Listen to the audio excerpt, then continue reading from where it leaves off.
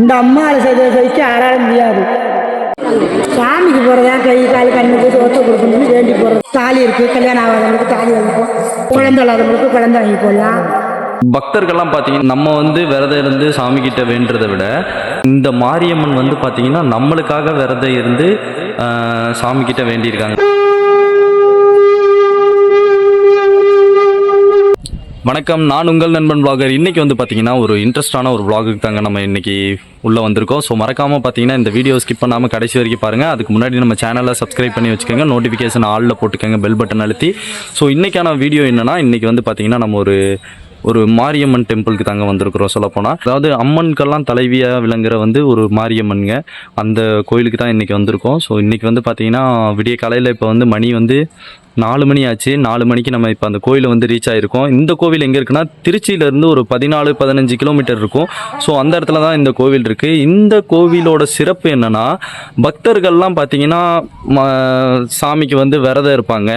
அந்த மாதிரி தான் நடக்கும் உலகத்திலே சொல்லப்போனால். ஸோ ஆனால் பார்த்திங்கன்னா இங்கே அப்படியே உல்ட்டாவாக நடந்திருக்கு. அது என்னென்னா வச்சுக்கோங்களேன், சாமி பக்தர்களுக்காக விரதம் இருக்குது. அதுதான் பார்த்திங்கன்னா இந்த மாரியம்மன் கோவிலோட ஒரு சிறப்பு. இந்த கோவிலோட இன்னொரு சிறப்பு என்னென்னா, இங்கே உள்ளே இருக்கிற அந்த அம்மன் சிலை பார்த்திங்கன்னா ஃபுல் அண்ட் ஃபுல் மூலிகையால் ஆனதுங்க. ஸோ அது மேலே பார்த்திங்கன்னா எந்த அபிஷேகமும் எதுவும் பண்ண மாட்டாங்க சொல்லப்போனால். இன்னொன்று என்னென்னா, அதுக்கு அபிஷேகம் பண்ணோம்னா அது அந்த மூலிகை அழிஞ்சு போகிற அளவுக்கு ஒரு தன்மை கொண்டது. அதனால் அபிஷேகம் பண்ண மாட்டாங்க. ஆனால் சாமியை சுற்றி பார்த்திங்கன்னா இந்த கோவில் நிர்வாகம் என்ன பண்ணியிருக்குன்னா, சாமியை சுற்றி மொத்தமாக இது 4 பக்கமும் தண்ணி ஓடுற மாதிரி ஒரு செட்டிங்ஸை பண்ணி வச்சுருக்காங்க, கூலிங்காக இருக்கணுன்றதுக்காக. ஸோ எந்த மாரியம்மன் கோவில்லையுமே இல்லாத ஒரு சிறப்பு இந்த மாரியம்மன் கோவிலில் இருக்குது. இந்த கோவில் பேர் என்னென்னா, நம்ம சமயபுரம் மாரியம்மன் கோவிலுங்க தாங்க. ஸோ மறக்காமல் இந்த வீடியோ ஸ்கிப் பண்ணாமல் கடைசி வரைக்கும் பாருங்கள். உங்களுக்கு சாமியை பிடிக்குன்னா மறக்காமல் சப்ஸ்கிரைப் பண்ணிவிட்டு பாருங்கள்.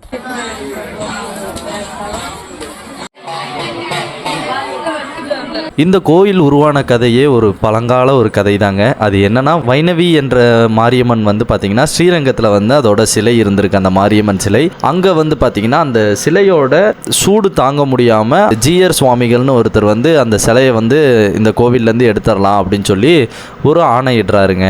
சிலையை தூக்கிட்டு போயிட்டு வடக்கு நோக்கி, அதாவது ஸ்ரீரங்கத்துலேருந்து வடக்கு நோக்கி கொஞ்சம் தூரம் போகிறாங்க. அதாவது இப்போ இருக்கிற சமயபுரம் அந்த ஏரியாவுக்கு போகிறாங்க. போயிட்டு அங்கே போயிட்டு ஒரு இடத்துல அந்த சிலையை வச்சுட்டு ரெஸ்ட் எடுத்திருக்காங்க. கண்ணூர் அரண்மனைன்ற ஒரு இடத்துல அந்த சிலையை வச்சுட்டாங்க. அது ஒரு வேப்பமர காடாக இருந்துச்சு. சொல்லப்போனால் சமயபுரம் இருந்தது முதல்ல ஒரு வேப்பமர காடு. அந்த ஊரில் இருக்கிற வழிப்போக்கர்கள் என்ன பண்ணிட்டாங்க, அந்த சிலையை பார்த்து இது அதிசயமாக இருக்குது, இந்த சிலை எங்கேருந்துடா வந்துச்சு அப்படின்னு சொல்லி அதை அப்படியே வழிபட ஆரம்பிச்சிட்டாங்க. அப்படியே மன்னர்கள் ஆட்சி தானே இருந்துச்சு அந்த காலத்தில். விஜயநகர மன்னர் அங்கேருந்து வந்திருக்காரு, தென்னாட்டை கைப்பற்றதுக்காக வந்திருக்காரு. சமயபுரம் மாரியம்மன் கோவில் இருக்கு இல்லையா, அந்த ஏரியா பார்த்தீங்கன்னா அந்த ஏரியாவில் முகாம் போட்டு தங்கி இருந்திருக்காரு. தங்கி இருக்கும் போது என்னாச்சுன்னா, அவர் அந்த மாரியம்மன் கேள்விப்பட்டோனையும் அந்த மாரியம்மன் கிட்ட போய் வேண்டுறாரு. இப்படி நான் தென்னாட்டை நான் கைப்பற்றிட்டேன்னா உனக்கு கண்டிப்பாக நான் ஒரு கோயில் கட்டுறேன் அப்படின்னு சொல்லி ஒரு சின்ன வேண்டுதல் ஒன்று வச்சிருக்காரு.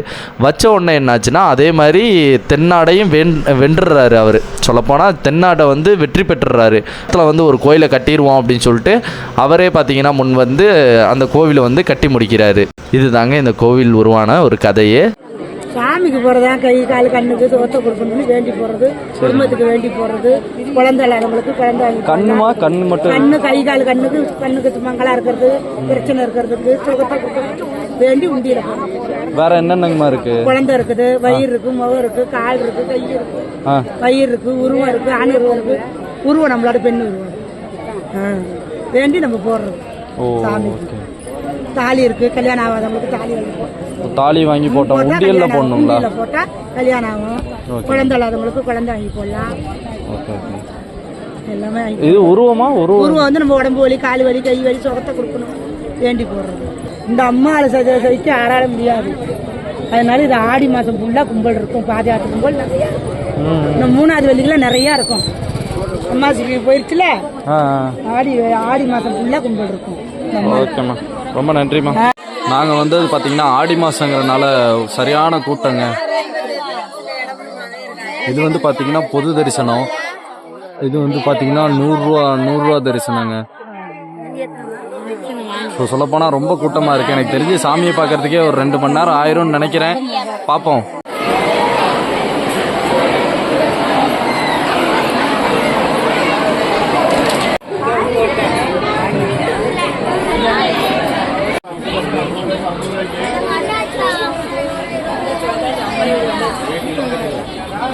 ஃபைனலாக கிட்டத்தட்ட பார்த்தீங்கன்னா நம்ம ஒரு 6:30 மணிக்கு லைனில் நிற்க ஆரம்பித்தோங்க.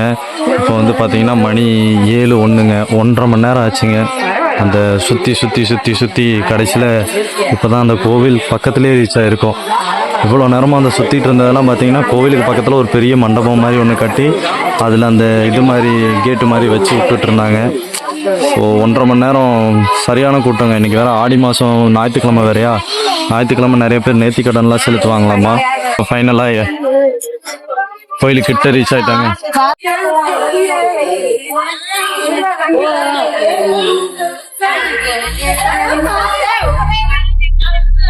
பார்த்தீங்கன்னா இதுதான் நம்ம மாரியம்மன் கோவில், சமயபுரம் மாரியம்மன் கோவிலோட என்ட்ரன்ஸு. சரி, ஓகே, நான் உள்ளே போய் வீடியோ எடுத்து காட்டணும்னு விரும்பலை.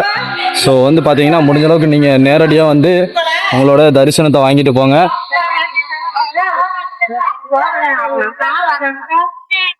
கோயிலுக்குள்ளே பாருங்கள் எவ்வளோ அழகாக பெயிண்ட் பண்ணியிருக்காங்கன்னு. சொல்லப்போனால் சூப்பராக இருக்குங்க எல்லாமே.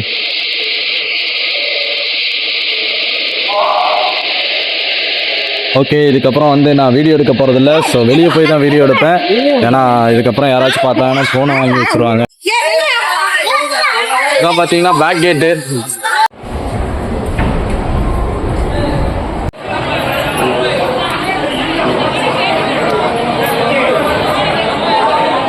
ஸோ சமயபுரத்துலேருந்து கிளம்பி இப்போ வந்து பார்த்திங்கன்னா நம்ம இப்போ கண்ணனூருன்ற ஒரு ஏரியாவுக்கு வந்திருக்கோம். இங்கே தான் வந்து பார்த்திங்கன்னா அந்த மாரியம்மா வந்து பிறந்த இடங்களாம்மா சொல்லப்போனால். ஸோ வாங்க உள்ளுக்குள்ளே போயிட்டு என்ன இருக்குன்னு தெரிஞ்சுக்கலாம். ஸோ இதுதான் வந்து பார்த்திங்கன்னா அருள்மிகு ஆதி மாரியம்மன் திருக்கோவில். அதாவது பார்த்திங்கன்னா நம்ம சமயபுரம் மாரியம்மன் வந்து இங்கே தான் பிறந்தாங்களாம்மா. இந்த இடம் தான் பார்த்திங்கன்னா சமயபுரம் மாரியம்மன் வந்து பிறந்த இடங்களாமாங்க. அந்த இடத்துல வந்து ஒரு கோயில் ஒன்று கட்டியிருக்காங்க. இத்துடன் இந்த vlog வந்து முடியுது. ஸோ முடிஞ்ச அளவுக்கு நம்ம சேனலை சப்ஸ்கிரைப் பண்ணாதவங்க சப்ஸ்கிரைப் பண்ணி வச்சுக்கோங்க. அதே மாதிரி நோட்டிஃபிகேஷன் ஆலில் போட்டு வச்சுக்கோங்க. ஸோ நெக்ஸ்ட்டு vlogல மீட் பண்ணலாம். பாய்.